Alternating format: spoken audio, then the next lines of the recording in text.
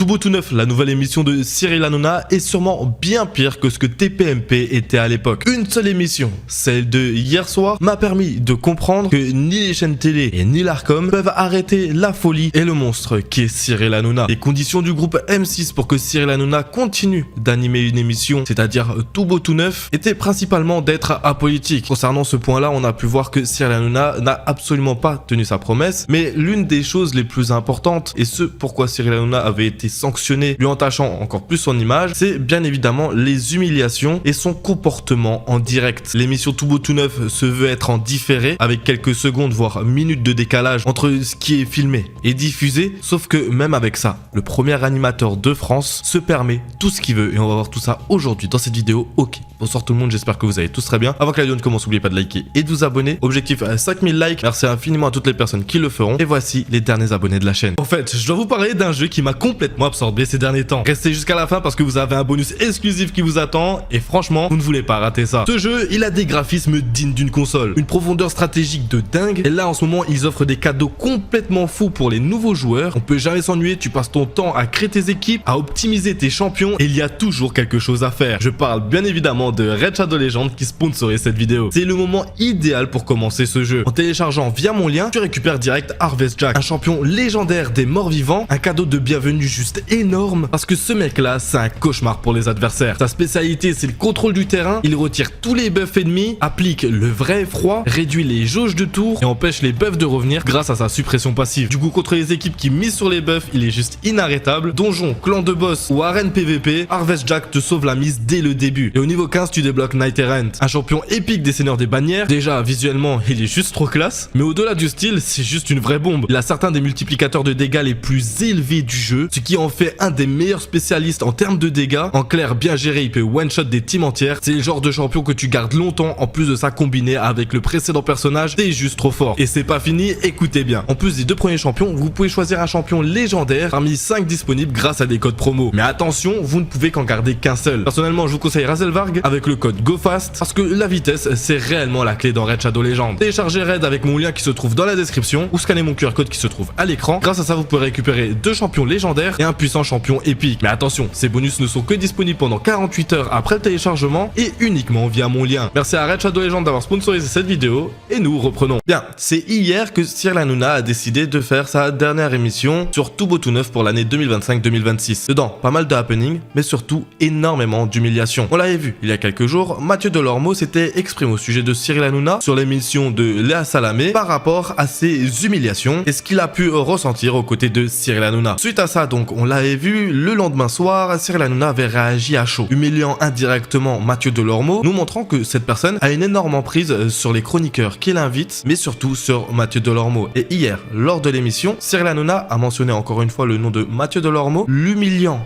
davantage, car Cyril Hanouna reproche aux chroniqueurs un énorme manque de reconnaissance, et ça devant des millions de téléspectateurs, lui faisant davantage de reproches, comme si Mathieu Delormeau lui devait tout, car c'est grâce à lui qu'il a pu reprendre les émissions à la suite de son énorme dépression. Et ce qui est fou, c'est comment il le dit dans l'extrait que je vais vous montrer, comme s'il parlait à un petit ado de 16 ans, l'humiliant, en lui disant que s'il veut refaire son retour, il est obligé de faire des excuses à Cyril Hanouna, car son passage chez Léa Salamé ne lui a absolument pas plu. Vous savez, venir et être sur le premier talk de France, c'est pas une sanction, c'est une chance. C'est une chance de vie. Donc s'il se rend compte que c'est une chance, qu'il a envie de revenir et qu'il me le dit, et qu'il arrive à trouver des mots pour me faire changer d'avis, pourquoi pas. À l'heure qu'il est, pour l'instant, c'est non. C'est vrai que c'est nous qui l'avons remis dans la lumière. Vous savez, personne ne recevait Mathieu Delormeau lorsqu'il n'avait pas fait son retour à la télé. Donc tout le monde maintenant se sert de lui pour essayer de faire parler d'eux. Et à chaque fois qu'ils font des interviews, ils parlent 80% à 90% de ses années avec moi et 10% de sa promo. L'année prochaine, ils le recevront pour parler à 100% de sa promo, j'espère pour lui. Voilà, mais il faut arrêter, il faut bien savoir qui sont les gens qui se servent de lui et qui sont les gens qui l'aident, voilà, et qui lui tendent la main. Voilà. Et vous savez, moi, tous ceux qui l'ont pas aidé pendant des années et qui là se réveillent et qui lui tendent la main et qui l'invitent pour sa promo, c'est juste parce qu'ils pensent que Mathieu Delormeau va leur apporter de l'audience en parlant en parlant de nous, hein, on ne va pas se raconter d'histoire, et en parlant de moi, voilà, par des moyens détournés. Donc voilà, donc Mathieu, j'ai rien contre lui, je l'aime beaucoup, ça restera toujours mon ami, mais qu'il fasse attention quand même, il connaît bien le métier, et voilà, il y a des personnes qui l'invitent pas pour les bonnes raisons, voilà, qui lui prêtent voilà, une attention qui n'est pas pour les bonnes raisons.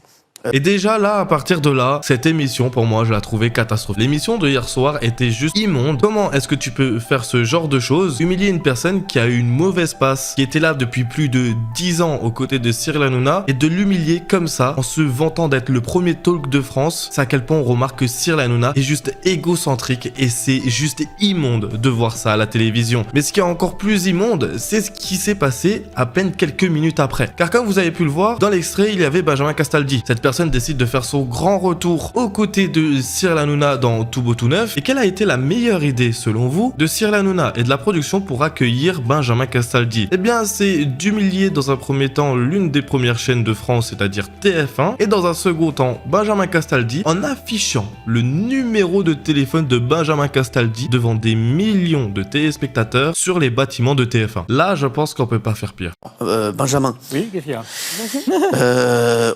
Tu étais sur TF1, toi? Oui. Tu as fait M6, TF1. Oui. Est-ce que tu aimerais retourner sur TF1? Non. Pas du tout. Pas du tout. C'est vrai, pas du tout. Ah ben pas du tout. Parce que moi, je me suis dit, j'ai peut-être une surprise à te faire ce soir.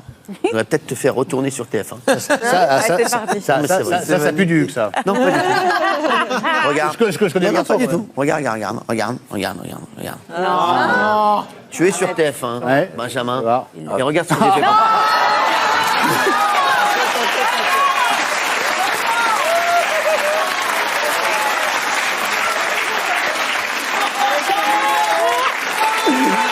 Bienvenue Benjamin est de retour. On lève Benjamin Castaldi. Attends, attention, tu vas glisser quand même. Tu vas glisser avec tes copains. Tu vas dire Benjamin, je suis tellement content de te retrouver mon ami. Tu vas glisser. Mon numéro, il est niqué, là. Tu vas glisser. Et ce qui est dingue déjà, c'est qu'avec ces deux vidéos, ces deux extraits, et ce qu'on vient de voir par rapport à Delormeau et Benjamin Castaldi, j'ai vraiment l'impression de retrouver ce côté TPMP, ce côté très toxique qu'était l'émission, c'est-à-dire d'avoir une emprise monstre sur les chroniqueurs, de les utiliser comme des pantins. Je trouve pas ça normal que pour le premier talk du pays, qu'on affiche devant des millions de téléspectateurs un numéro de téléphone pour accueillir un nouveau chroniqueur, qu'on descende comme ça publiquement un des chroniqueurs qui était présent depuis des dizaines d'années aux côtés de Cyril Hanouna en lui parlant comme si c'était un gamin et en lui réclamant des excuses. Et le pire dans tout ça, c'est ce qui s'est passé après. Et là, je pense qu'on peut vraiment pas faire pire. Là, pour moi, on a atteint le fond, quelque chose que même sur TPMP, on n'avait pas vu, si ce n'est une seule fois. C'est-à-dire avec Mathieu Delormeau, quand l'animateur lui avait mis des nouilles dans son caleçon. Bien évidemment, tout le monde connaît cet extrait. Et bien, comment vous dire qu'on a eu un remake hier soir lors de la dernière émission de Tout Beau Tout Neuf pour la saison 2025-2026, car c'est lorsque Gilles Verdez annonce son départ auprès des chroniqueurs de Cyril Hanouna ainsi que des téléspectateurs, chose que j'ai pas trop compris, car à ce qui paraît c'est un prank, à ce qui paraît c'est pas un prank. Bon, des fois j'ai l'impression qu'il faut être juste shooté comme eux pour comprendre leur vanne. Vous savez quoi, j'ai même pas les mots. Je pense que vous allez comprendre directement si je vous passe cet extrait. Mais j'espère que vous le prenez pas mal. Non, mais non, moi Gilou, tu sais que je t'aime et tu sais que tu seras toujours mon ami. Ouais. Et que tu seras toujours le bienvenu ici. Ouais. Ça va être quoi alors Alors on a un ami qui travaille qui a gagné de l'argent dans le pétrole. Il y a beaucoup de pétrole au Sénégal. Et cet ami, il nous a proposé de travailler avec lui sur un projet. C'est quelqu'un qui reboise beaucoup le Sénégal, qui a des vertus économiques. C'est un businessman comme vous, mais social comme vous aussi. Et donc il a une entreprise qui fait diverses choses, des poulets et notamment aussi du café. Il a une entreprise de café. C'est vrai, tu rigoles. Et du poulet, il fait du poulet, du café. Il fait plein de choses. Un businessman et nous, il va nous embaucher pour. Il va faire quoi? Pour gérer son entreprise. Il m'a proposé d'être chef d'entreprise. C'est quoi, c'est tout? J'ai jamais été. Il va faire que du café. Ah non. Et du poulet. Du poulet. Non, il fait quoi d'autre à part du café? Il va faire aussi. C'est quoi? Du chocolat.